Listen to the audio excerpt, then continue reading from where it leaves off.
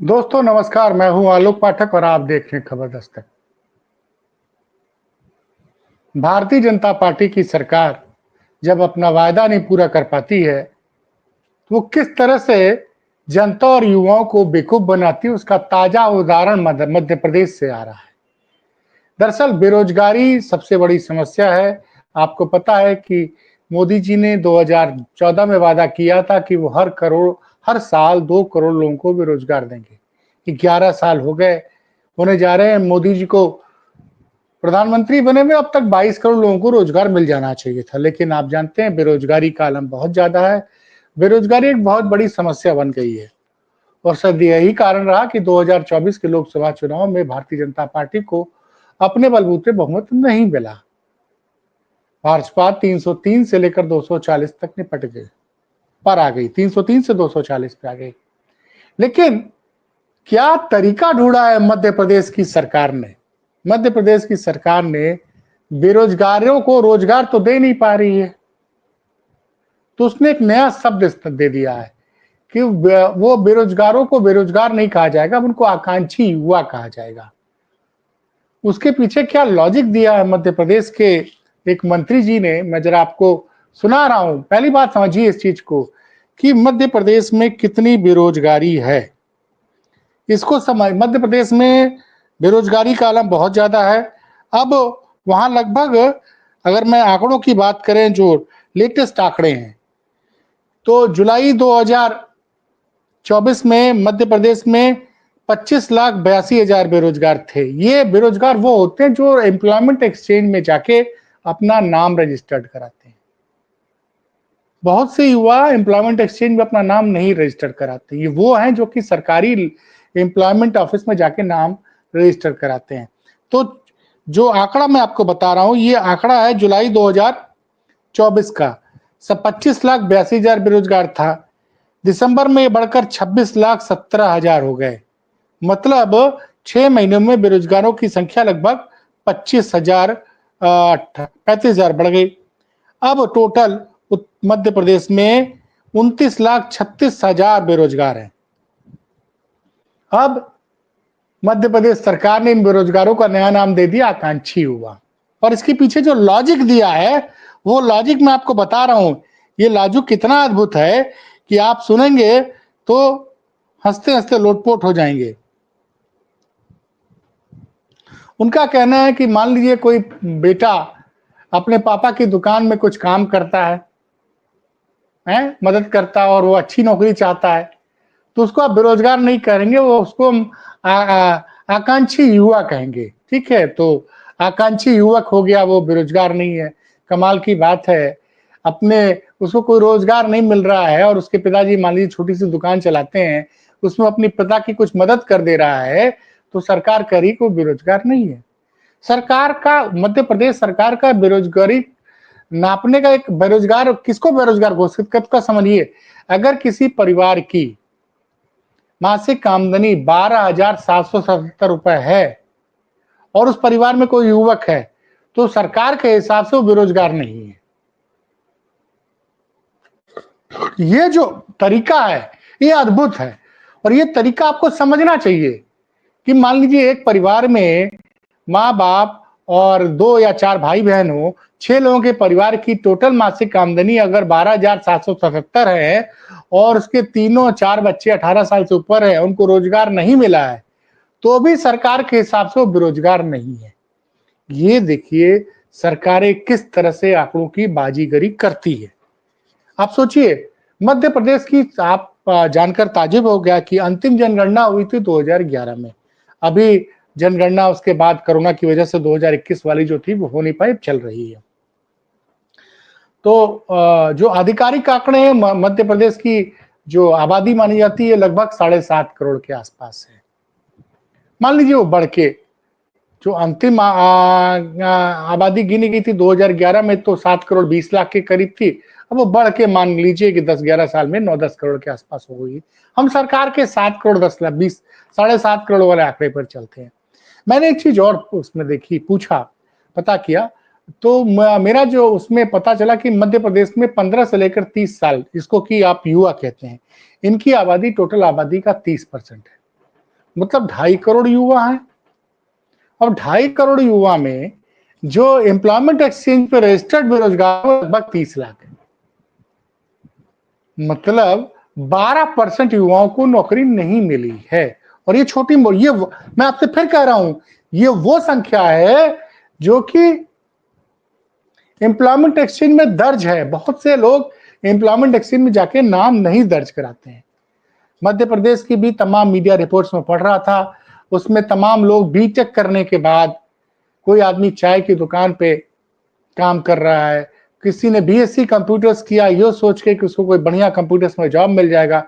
लेकिन आपको पता है कि 2020 के बाद से बहुत से लोग बेरोजगार हो गए। और आपका ये आलोक पाठक खुद इंडिया टुडे में बहुत सीनियर लेवल पे था, और हमारे जैसे बहुत सारे लोग कोरोना काल में मीडिया हाउसेस से निकाल दिए गए। और बहुत सी जगहों से निकालेंगे, सिर्फ मीडिया से नहीं। और उनमें से बहुतों को अब नौकरियां नहीं मिल रही है। जैसे मैं अपनी बात करूं, तब मेरी आमदनी जो थी वो साल के अच्छी खासी आमदनी थी। It was more than approximately 20 lakh rupees in year. 20 lakh रुपए सालाना से ऊपर मैं कमाता था तब। और अब मैं उसका आधा क्या एक तिहाई भी नहीं कमा पा रहा हूं। खैर ये अलग मुद्दा है। तो मेरे जैसे बहुत से लोग आज भी हैं जो कि संघर्ष कर रहे हैं और रोजगार नहीं है। तो वो बहुत से ऐसे बच्चों की तमाम मैं मध्य प्रदेश की बात करूं, मैं तो उत्तर प्रदेश में बहुत से बच्चों से बातें करता हूं जो आज की डेट में डिलीवरी का काम कर रहे हैं, सोचिए। और उनमें से कई बच्चे बीटेक कर चुके हैं, कई डिप्लोमा कर चुके हैं, कई जो है वो पोस्ट ग्रेजुएशन कर चुके हैं। और उनको अभी तक नौकरी नहीं मिल रही है, तो कुछ कमाने के लिए वो ब्लिंकिट पे हो गया या जोमेटो पे पार्ट टाइम डिलीवरी का काम कर लेते हैं। पार्ट टाइम कि भैया अभी तैयारी कर रहे हैं एंट्रेंस, मतलब सरकारी सेवाओं की, 2 घंटा 3 घंटा हमने डिलीवरी कर दिया, 100 200 500 कमा लिया, तो सरकार कहेगी नहीं ये बेरोजगार नहीं है, ये तो इनको रोजगार मिला हुआ। ये सरकार का पैमाना है।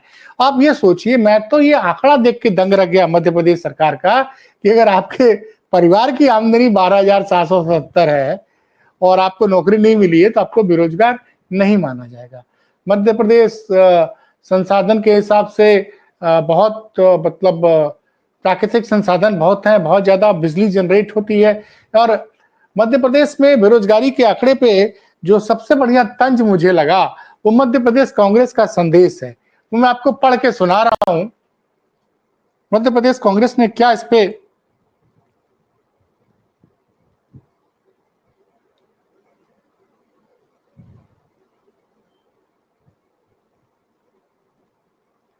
एमपी कांग्रेस का जो इस विषय पे उन्होंने जो बोला है कि मध्य प्रदेश की बीजेपी सरकार ने एक शॉर्टकट से बेरोजगारी खत्म कर दी है।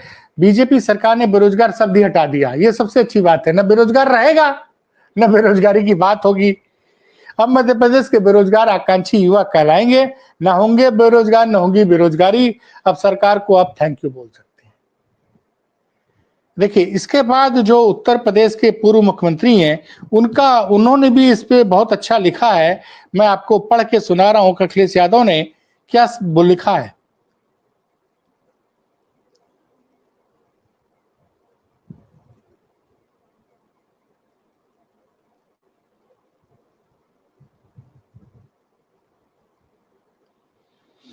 अखिलेश जी लिखते हैं, भाजपा वाले अब बेरोजगारों का नाम बदलकर जनता को धोखा देंगे।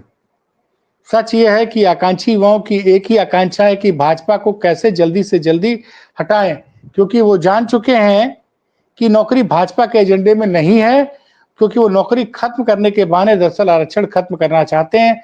आकांक्षी युवा कहें आज का नहीं चाहिए भारतीय जनता पार्टी। आपको मैं एक चौंकाने वाला आंकड़ा बताऊंगा। देश का जो युवा वो चाहता है कि उसको सरकारी नौकरी मिली, परमानेंट नौकरी मिली। उत्तर प्रदेश की सरकार ने अभी हाल ही में 2025-26 का बजट पेश किया, और उसमें उन्होंने क्या किया कि हम आउटसोर्सिंग आयोग बनाएंगे। आउटसोर्सिंग और संविदा पे कर्मचारियों को रखने के लिए हम आयोग बनाएंगे, और उसके जरिए आउटसोर्सिंग और संविदा पे नौकरी रखी जाएगी। आप समझिए कि आउटसोर्सिंग में एम्प्लॉय को 16,000 रुपया मिलता है, जबकि अगर वही एम्प्लॉय क्लास 4 में अगर आदमी क्लास 4 पे ज्वाइन करता है सरकार में सरकारी नौकरी पे, तो उसको न्यूनतम तनख्वाह मिलती है 30 से 32,000 रुपए। तो वो तो आप देंगे नहीं, आप देंगे आउटसोर्सिंग के जरिए नौकरी। अगर हम बात करें उत्तर प्रदेश में तो लगभग 8 लाख युवा आउटसोर्सिंग और संविदा पे काम कर रहे हैं। और इसमें जो बड़ी बात यह है कि क्या आउटसोर्सिंग और संविदा में आरक्षण के नियमों का पालन किया जा रहा है। इस पर उत्तर प्रदेश के उप मुख्यमंत्री केशव मौर्य ने 14 जुलाई 2024 को उत्तर प्रदेश सरकार के नियुक्ति विभाग को एक पत्र लिखा था। अभी तक उसका क्या जवाब आया पता नहीं चला। तो जो अखिलेश जी ये कह रहे हैं कि ये नौकरियां, देखिए जब नौकरियां देंगे नहीं तो आरक्षण की जरूरत तो पड़ेगी नहीं। तो सिंपल सा फंडा है, आकांक्षी युवा बता दिया बेरोजगारों को। अब बेरोजगार बेरोजगार नहीं कहलाएंगे, वो आकांक्षी युवा कहलाएंगे। मध्य प्रदेश में की बात करें तो बहुत से युवा जो है वो लगातार, एक युवा की कहानी में पढ़ रहा था तो उसमें पता चला कि वो 30,000 रुपए से ज्यादा वो सिर्फ एग्जामिनेशन फॉर्म में खर्च कर चुका है। परीक्षाओं के फॉर्म भरने में 30,000 रुपए से ज्यादा खर्च कर चुका है और अभी तक उसको नौकरी नहीं मिली है। कोई 2019 से लगातार प्रयास कर रहा है, कोई सिपाही भर्ती होना चाहता है, कोई कोई जो है क्लरिकल करियर में जाना चाहता है। एक बड़ी समस्या और हुई है जो कि पिछले कई सालों में कई राज्यों में उभरी है कि परीक्षाओं के एग्जाम हो जाते हैं, पेपर लीक हो जाते हैं। तो पेपर लीक की भी समस्या है कि एक तो एक पेपर एग्जाम होते नहीं, एग्जाम होते हैं तो पेपर लीक हो जाते, फिर वो टल जाता है। उत्तर प्रदेश में लगातार विपक्ष ये आरोप लगाता रहा है कि जब से योगी जी मुख्यमंत्री बने हैं पिछले 8 सालों में, तो लगभग 20 से ज्यादा परीक्षाओं के पेपर लीक हो गए। अगर हम उत्तर प्रदेश की बात करें तो उत्तर प्रदेश के विभिन्न प्राइमरी स्कूलों में 1 लाख से ज्यादा शिक्षकों की जगह खाली है और 6 साल से शिक्षकों की भर्तियां 1.5 लाख शिक्षकों की भर्तियां नहीं हुई हैं। इसी तरह तमाम विभागों में है, कई पेपर लीक हो जाते हैं। आरओ का पेपर लीक हुआ था पिछले साल फरवरी में, अभी तक 2024 बीत गया, 2025 के मार्च में हम खड़े हैं, अभी तक वो एग्जाम नहीं हुआ। यही हाल मध्य प्रदेश का है। बताइए, जिस प्रदेश में आबादी युवाओं की आबादी जो है 30% के करीब है, 2.5 करोड़ के करीब युवा है और वहां पे एम्प्लॉयमेंट एक्सचेंज में 29 लाख के करीब बेरोजगार बच्चे हैं। उनको बेरोजगार नहीं कहा जाएगा, उनको आकांक्षी युवा कहा जाएगा। तो ये शब्दों की बाजीगरी है। बेरोजगार बेरोजगारी दूर नहीं कर पा रहे हैं और वादा बड़ी बड़ी बातें करते हैं। देखिए ये पिछली बार ये चुनाव जीते थे, लाडली बहना योजना के तहत उसमें महिलाओं को एक निश्चित धनराशि 1200 या 1500 रुपए महीना दिया जाता था। उस कैंपेन पे चुनाव जीतते हैं और तमाम इस तरह की जो फ्री वाली योजनाएं हैं, ये हमेशा सरकार समाज के लिए घातक सिद्ध होती हैं क्योंकि आप युवाओं को नौकरियां दीजिए। 1200 रुपए महीने में एक बेटी और माँ को क्या हो जाएगा। आज की डेट में 1 किलो दूध की कीमत जो है ना, वो किसी भी जगह हिंदुस्तान में किसी भी जगह 1 किलो दूध की कीमत जो है 50 रुपए से कम नहीं है और 1200 रुपए आप देंगे। पहली बात तो 1200 में माता बहनों का क्या होगा, आप उनको रोजगार दीजिए। मोबाइल आज की डेट में सबसे जरूरी चीज है और मोबाइल का जो सबसे सस्ता पैकेज है वो धीरे धीरे प्राइवेट कंपनियों ने बढ़ाते बढ़ाते 250 तक का कर दिया है। बिजली महंगी है, आप जो है 40 एक के दूध आदमी नहीं खरीद सकता। 1 किलो दूध आप कह देंगे कि आप 5 किलो अनाज दे रहे हैं, तो 5 किलो अनाज आदमी किस चीज पे पकाएगा। सिलेंडर का दाम कई जगह आप कहते हैं कि हम उज्ज्वला योजना वाली महिलाओं को 500 रुपए में सिलेंडर देंगे, तो सिलेंडर भी 500 रुपए में आता है। तो तमाम चीजें हैं। आप सरकारों को चाहिए कि वो इस तरह के शब्दों की बाजीगरी से बाज आए, वो युवाओं को रोजगार दे। ये ना कि बेरोजगारों के का नाम बदल के कि वो आज से बेरोजगार नहीं, आकांक्षी युवा कहे जाएंगे। और मुझे सबसे ज्यादा ऐतराज मध्य प्रदेश के मंत्री जी का मैं नाम बता देता हूं जिन्होंने बयान दिया है, क्योंकि ऐसे ऐतिहासिक मंत्री का नाम आपको पता होना चाहिए जो ये कह रहा है कि अगर परिवार में 12,777 रुपए की आमदनी हो तो उनको हम आकांक्षी युवा कहेंगे।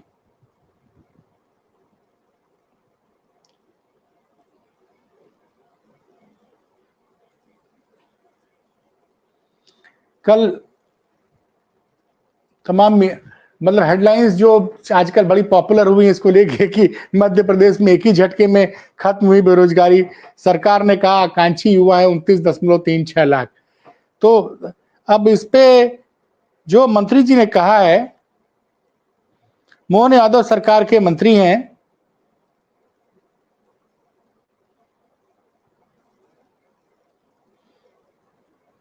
गौतम टेटवाल जी, राज्य के कौशल विकास मंत्री गौतम टेटवाल का कहना है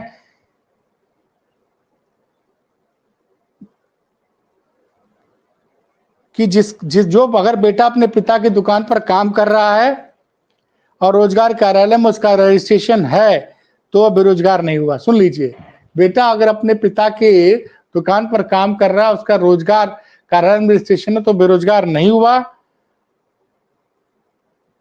जो युवा अपने परिवार के 12,646 रुपए से कम कमाता हो, उसे कोई काम ना मिल रहा हो तो वह बेरोजगार है। जो युवा अपने परिवार के साथ 12,646 रुपए से कम कमाता हो तब बेरोजगार कहलाएगा। आज की डेट में एक लेबर की जो बाजार में आप जाइए लेबर ढूंढने तो डेली लेबर 400 या 500 रुपए पाता है। तो उस हिसाब से लेबर का बेटा भी बेरोजगार नहीं माना जाएगा। लेकिन वही पूछना है कि जब 50 रुपए किलो का दूध है, 40 आप 5 किलो गेहूं देते हैं एक आदमी को, तो गेहूं तो खाएगा नहीं, उसको तेल भी खरीदना है। खाने का तेल कम से कम 150 रुपए लीटर है। घी की तो बातें छोड़ दिए, घी तो 500-600 रुपए लीटर है। चीनी की बात कीजिएगा, चीनी 40 रुपए किलो से कम पे नहीं है। सब्जियों का हाल ये है कि कोई भी सब्जी जो है ना 20 रुपए 25 रुपए किलो से कम है नहीं। आपको गैस भी चाहिए। तो ये जो कहना है कि अगर युवा और उसका परिवार मिलकर 12,646 से कम कमा रहा है तभी वो बेरोजगार अन्यथा बेरोजगार नहीं है, तो ये ऐतिहासिक है। मुझे लगता है कि मध्य प्रदेश के इस मंत्री के बारे में ज्यादा से ज्यादा चर्चा होनी चाहिए कि उन्होंने एक नया फार्मूला दे दिया है। और हमको तो मुझे तो ये लग रहा है कि हमारे योगी जी को मोहन यादव जी ने पीछे छोड़ दिया। योगी जी को मोहन यादव जी ने पीछे छोड़ दिया। योगी जी ब्रांडिंग में लगे रहते हैं, दिन भर हिंदू मुसलमान के चक्कर में रहते हैं। यहाँ तो हमारे मोहन यादव जी ने एक ही झटके में बेरोजगार शब्द हटा दिया कि उत्तर मध्य प्रदेश में टोटल 29 लाख इतने हजार बच्चे आकांक्षी युवक हैं, वो बेरोजगार नहीं है। तो लेकिन ज्यादा चर्चा नहीं हो रही है मोहन यादव के इस कदम की, क्योंकि मोहन यादव की सरकार मीडिया को बहुत ज्यादा बजट नहीं देती है। योगी जी के यहाँ तो खूब बजट मिलता है भाई साहब, खूब बजट मिलता है। इसलिए सारे चैनल वाले दिन भर योगी चालीसा पढ़ते रहते हैं। फिर से मैं बता दूं कि मध्य प्रदेश के राज्य कौशल विकास मंत्री नाम है गौतम टेटवाल। इनका यह बयान कि रोजगार कार्यालयों में बेरोजगारों की पंजीयन की संख्या बेरोजगारों की संख्या अलग है, मतलब जिसने पंजीयन कराया है उससे बेरोजगारों की संख्या अलग है।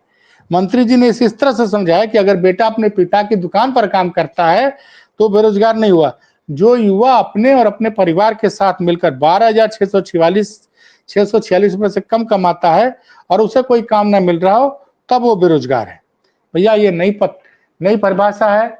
चुनाव जीतने के पहले सरकारें बड़े बड़े दावे करती हैं और चुनाव जीतने के बाद सरकारें आंकड़ों की बाजीगरी और नए नए और जो भाजपा का जो नया तरीका हो गया है कि चीजों का नाम बदल दो।